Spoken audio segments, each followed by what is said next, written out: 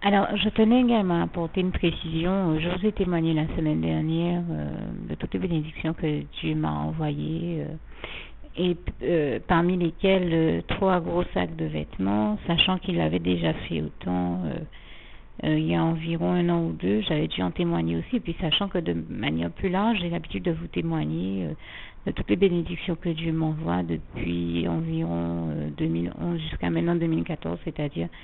sur 3 années, je vous ai témoigné de comment Dieu m'a béni abondamment, puissamment, richement, au-delà même de mes espérances, de mes aspirations et de tout ce que je pouvais même penser. Et je lui rends vraiment grâce et gloire, et toute la gloire revient à Dieu, à Jésus-Christ et à son Saint-Esprit. Mais ce que je veux aussi dire, c'est que euh, franchement, tout ce que j'ai pu faire et réussir dans ma vie, je l'ai fait uniquement par la grâce de Dieu et parce que Dieu m'en a béni, parce que Dieu m'en a donné la force, parce que Dieu a souhaité me bénir dans son grand amour pour moi. Et j'en parle encore une fois, je le dis, non pour me vanter de tous ces biens, de toutes ces choses matérielles, parce que pour moi, parmi les plus grandes bénédictions que j'ai reçues de Dieu, sont celles qui sont peut-être spirituelles et invisibles aux yeux et dont je ne peux peut-être même pas pour le moment parler, même si je l'aurais souhaité du fond du cœur. Mais l'essentiel pour moi n'est pas matériel, je le dis encore, ça me paraît important à dire. Maintenant, toutes les bénédictions de Dieu que j'ai reçues étaient indispensables, c'est bien pourquoi Dieu m'en a béni dans ma situation, moi qui n'avais pas un centime en poche depuis des années, pendant tout le temps pendant lequel je vous ai témoigné toutes ces choses jusqu'à maintenant. Mais je peux vous assurer que eh bien, Dieu m'a porté, Dieu m'a soutenu, et c'est dans les bras d'amour du Seigneur Jésus que malgré toutes les épreuves que j'ai traversées,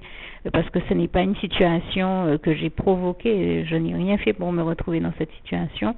ça vient d'une attaque de l'ennemi qui a voulu m'attaquer sur le plan financier pour que je me retrouve dans un dénuement le plus total. Et nous savons que l'ennemi a l'habitude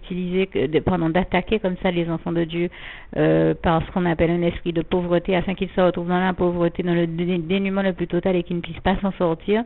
Mais je rends grâce et gloire à Dieu qui m'a envoyé toutes ces bénédictions précisément pour que je puisse m'en sortir. Et aussi, je trouve que c'est l'occasion pour moi de témoigner de la gloire de Dieu dans ma vie, non pas comme je disais tout à l'heure pour faire envie aux autres en faisant étalage du matériel, parce que comme me disait l'une de mes amies et sœurs en Christ, tu n'as jamais été matérialiste, ça fait plus de 20 ans que je suis ton amie, que je te connais, je ne t'ai jamais vu être matérialiste, c'est pas maintenant que tu vas commencer. Non, je fais témoignage de la gloire de Dieu dans ma vie et de toutes les bénédictions qu'il m'envoie, non pas pour donner envie aux autres,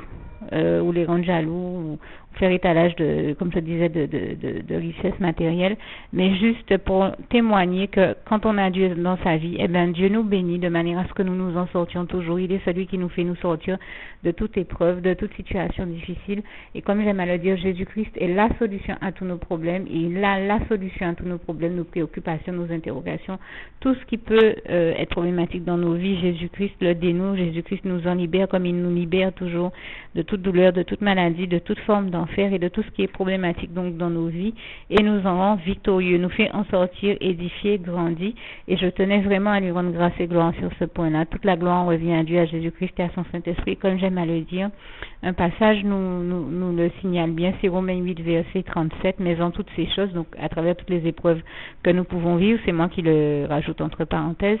eh bien, mais en toutes ces choses, nous sommes plus que vainqueurs par celui qui nous a aimés, Jésus-Christ. Et bien sûr, Dieu est celui qui nous a aimés et choisi le premier, et qui nous a aimés depuis avant la fondation du monde. Donc il s'agit bien de Dieu, de l'amour de Dieu, de Jésus-Christ et de son Saint-Esprit pour nous, qui est celui qui nous rend vainqueurs, parce que Dieu dans son grand amour nous bénit afin que nous nous en sortions. Et l'un des plus beaux passages à mon avis qui parle également de l'amour de Dieu, c'est Jérémie 31 verset 3. De loin l'Éternel se montre à moi et il me dit: je t'aime d'un amour éternel, voilà pourquoi je te conserve ma bonté. D'autant que nous savons que les bontés de l'Éternel ne se sont pas épuisées, ses bontés, ses compassions ne se sont pas épuisées, elles se renouvellent chaque matin, comme nous le précise bien le passage biblique de Lamentation 3 verset 23 à 25 que vous pouvez lire.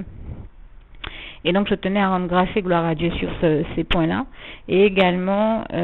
donc oui, comme je disais, hein, ce sont des passages qui nous parlent bien de l'amour, des bontés, de la compassion de l'Éternel envers nous. Et je peux vous dire que c'est le plus merveilleux amour que j'ai expérimenté, d'autant que l'amour de l'Éternel, notre Dieu envers nous, est le seul amour qui soit éternel, qui existe et qui soit éternel. Et je rends grâce et gloire à Dieu sur ce point-là également. Un autre point sur lequel je voulais rendre grâce et gloire à Dieu pour aller au bout de ce témoignage, c'était simplement dire que en 2010 ou en 2011, enfin en tout cas à mon retour des États-Unis, je suis retournée des États-Unis en 2010, je ne sais plus très bien si c'était en fin 2010 ou en début de 2011, qu'en sortant du culte, à la fin du culte, en sortant du culte, je me rappelle encore que juste devant l'église, une sœur en Christ m'a dit de la part du Seigneur Jésus, le Seigneur Jésus me dit de te dire que il fait que tu traverses une situation difficile, que tu as maigri, qu'il t'a fait perdre plus de 33 kilos, mais que tu es dans une situation où tu ne peux même pas, n'ayant pas les moyens de le faire, renouveler ta garde-robe, parce que beaucoup de personnes, psychologiquement, quand elles ont maigri, ont besoin de porter des vêtements adaptés à leur nouvelle taille, de manière à, parce que vous avez des personnes qui maigrissent, et si elles ne portent pas des vêtements adaptés à leur nouvelle taille, elles ont une tendance à regrossir si elles continuent à porter des vêtements trop amples pour elles. Et c'est comme ça que la sœur m'a dit, le Seigneur Jésus te fait dire qu'il renouvellera ta garde-robe. Eh bien, je tiens à rendre grâce et gloire à Dieu. Comme vous le voyez, Dieu m'envoie des sacs et des sacs de vêtements. Et il est en train, par là, de réaliser ce qu'il m'avait bien dit à travers cette sœur. Renouveler ma garde-robe. Et je tenais à rendre grâce et gloire à Dieu, à Jésus et à son Saint-Esprit. Et même pour aller jusqu'au bout, là encore, de ce témoignage, je rends grâce et gloire à Dieu aussi qui a permis que malgré le fait que j'ai pas tout de suite reçu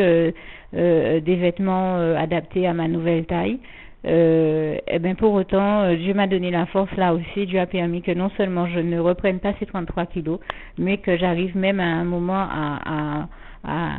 au seuil de moins 43 kilos. Donc j'avais perdu 33 kilos et puis par la suite, il m'en a fait perdre 10 de plus.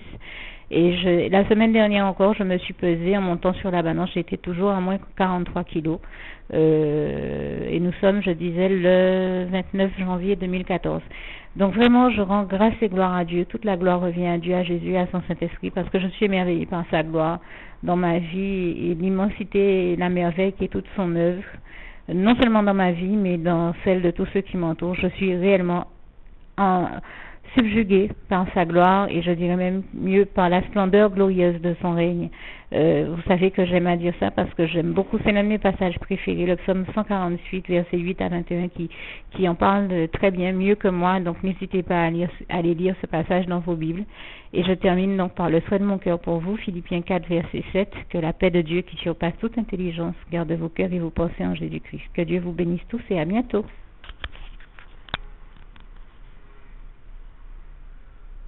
Alors, avec le témoignage que je viens de faire, je tenais juste à rajouter un passage que j'ai oublié de vous mentionner. C'est le psaume 60 ou 108, versets 13 à 14, bien sûr, qui, vous le comprenez, va très bien dans le sens de mon propos. Donne-nous du secours contre la détresse, car le secours de l'homme n'est que vanité, mais avec Dieu nous ferons des exploits, car il écrasera tous nos ennemis. Et n'oubliez pas non plus le psaume 46, verset 2, qui nous dit bien que Dieu est un abri, un refuge, un secours qui ne manque jamais quand nous sommes dans la détresse, d'autant que le psaume 121, verset 1 à 8, dont je ne vais vous citer que le verset 2, nous dit bien « D'où me viendra le secours me vient de l'Éternel. » Et je pense à ce passage de Jérémie 33, verset 3. Vous avez Jérémie 31, verset 3 que j'aime beaucoup. Et aussi Jérémie 33, verset 3 qui dit « Invoque-moi et je te révélerai de grandes choses que tu n'as jamais encore vues. » Et bien sûr, ni entendu, puisque 1 Corinthiens 2, verset 9 nous dit bien que ce sont des choses qui ne sont point montées au cœur de l'homme, des choses que l'œil n'a point vu, que l'oreille n'a point entendu, mais que Dieu a préparé d'avance pour ceux qu'il aime. Et je dis toute la gloire en revient à Dieu, à Jésus-Christ et à son Saint-Esprit. Dieu qui nous dit également dans le psaume 50, verset 15, « Invoque-moi au jour de la détresse et je te délivrerai et tu me glorifieras. » Je le dis à ma manière. Allez voir comme tous ces passages sont textuellement écrits. N'hésitez pas aussi à lire le psaume 34, versets 5 à 20, où il est bel et bien écrit que quand les justes crient à l'Éternel, l'Éternel entend chacun de leurs cris et l'Éternel les délivre toujours de toute leur détresse. Et comme je vous le disais tout à l'heure, je rends grâce et gloire à Dieu qui est celui qui nous délivre toujours. Et je vous le dit pour l'avoir expérimenté. Donc c'est également un témoignage parce que j'ai toujours vu Dieu me délivrer de toutes mes détresses et je lui en rends grâce et gloire. L'Éternel, notre merveilleux Dieu d'amour, est celui qui délivre tous les justes, tous ses enfants, tous ceux qui croient en lui, qui espèrent en lui, qui lui font confiance et qui agissent de manière à ce que sa gloire soit démontrée aussi dans leur vie. L'Éternel est celui qui les délivre toujours de toute leur détresse, de toute forme de souffrance, de toute maladie, comme il est écrit dans le psaume 103, versets 3 à 4, de toute souffrance, de toute infirmité, de toute maladie, de toute galère, de tout problème, de toute situation problématique dans leur vie, et aussi de toute forme d'enfer, et toute la gloire en revient à Dieu, à Jésus-Christ et à son Saint-Esprit. Et personnellement, je lui rends vraiment grâce et gloire,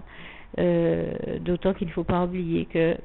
tout est possible à Dieu, comme il est écrit en Marc 10, verset 27, et le passage auquel j'ai pensé tout à l'heure, quand je parlais de faire en sorte de toujours témoigner de la gloire de Dieu et des merveilles que Dieu fait dans nos vies. Il y a un passage qui nous invite vraiment à le faire, c'est 1 Thessaloniciens 5, versets 17 à 18, qui nous dit « Rendez grâce et gloire à Dieu, car c'est à votre égard la volonté de Dieu en Jésus-Christ pour vous. » Et je rends grâce et gloire à Dieu. Et c'est vraiment, encore une fois, l'occasion pour moi de vous témoigner qu'il s'agit de vraiment, chaque fois que nous en avons l'occasion, partager avec les autres toutes les informations que possible, que Dieu nous invite à partager sur sa gloire dans nos vies et sur tous ses bienfaits. Parler aux autres, partager avec les autres ce que nous avons expérimenté dans notre relation d'amour,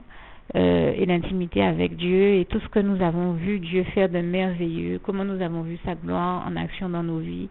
la grandeur, la merveille de son œuvre et de ses actions dans nos vies, comment nous avons pu constater, contempler la splendeur glorieuse de son règne dans nos vies, comme il est écrit au psaume 145, versets 8 à 21, et comment nous voyons Dieu faire des merveilles, des miracles, des exploits, tous les jours dans nos vies. Et donc n'hésitez pas, chaque fois que vous en avez l'occasion, à en témoigner aux autres, à partager ça avec les autres, parce que s'il y a une chose que les gens de ce monde ont besoin d'entendre pour revenir à Dieu, c'est que s'il y a une chose qu'ils ont besoin de découvrir, c'est à quel point Dieu est merveilleux, comment il fait des merveilles, comment il fait des miracles jusqu'à maintenant en 2014. En tout cas, moi, je lui rends grâce et gloire parce que je vois au quotidien dans ma vie sa gloire, ses merveilles, ses miracles, son grand amour, son merveilleux amour pour nous, comme je le disais, le seul amour qui soit éternel, comme il est écrit en Jérémie 31, verset 3 que j'ai cité tout à l'heure. Et je parlais de comment Dieu fait des merveilles, des miracles, des prodiges sans nombre. Et bien un passage là également nous le rappelle bien, c'est Job 5, versets 8 à 9, et vous avez aussi le psaume 40, versets 5 à 6 que je vous invite à lire. Que Dieu vous bénisse tous et à bientôt.